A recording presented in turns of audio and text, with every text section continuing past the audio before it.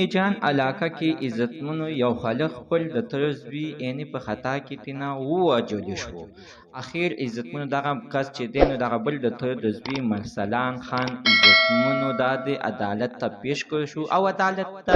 عدالت دته سرعام مرګ یعنې پانسي وویله. راځئ مینهواله چې د هغه ټول خاندان دغه د ترونو زامنو ته یعنې په خپو باندې پریوتی معافي تېنه غوښتې ده، د هغې نه بعد خو بیا یعنې نه دی معاف کړی. راځئ مینهوال دغه ویډیو کې تاسو موږ سره کتلی شئ. د دې ویډیو نه مخکې اول زه تاسو ته دا یادګینه وکړم،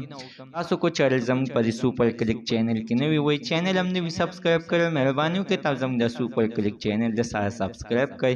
خوا کې ورسره د ټلوي هره یوه نوې معلوماتي ویډیو تاسو ته په اسانۍ باندې خلک یې اخر خو یعنې ووژلی، یعنې پانسي یې کړو، رازواران یې کړو، سر یې تېنه ووهلو. اخر په څه خبره عزتمنو دا د خپلو کې د تره زامنو دواړه به یو ځای ګرځېدل. د دوی عزتمنو یو رواج دی، دوی ځان سره یو ورکوټې غوندې چاره ګرځوي چې کله چې ودونو ته ځي نو ورسره دوی سره عزتمنو دغه چاره وي. په دغه چاره باندې د خپل د تره زوی یعنې وښلی دی او ځای په ځای باندې مړ شوی دی چې کله بیا دا عزتمنو پولیسو ونیولو او پولیسو عدالت ته پیش کړلو نو عدالت په ده باندې